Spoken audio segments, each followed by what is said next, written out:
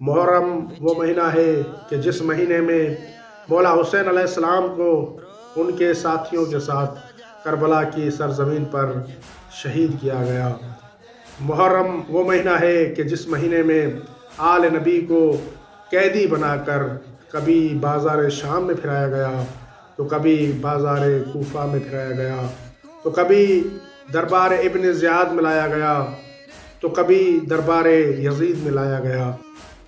मुहर्रम गम का महीना है, मुहर्रम अज़ादारी का महीना है, मुहर्रम सोगवारी का महीना है, मुहर्रम इमाम ज़माना अलैहिस्सलाम की खिदमत में शुहदाए करबला की शहादत पर ताज़ियत और तस्लियत पेश करने का महीना है।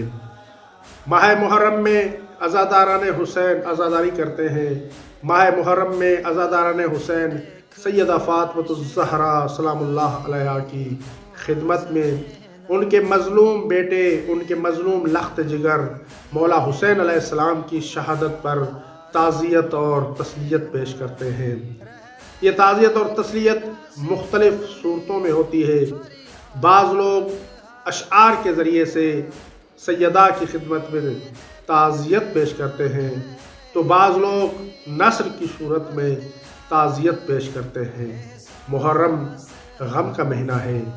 माह मुहर्रम में मोमिन को चाहिए कि अज़ादारी करें, मातमदारी करें, और इस मुहर्रम के महीने में अगर कोई शख्स एक आंसू बहाता है तो उसका भी बहुत बड़ा अजर व सवाब है।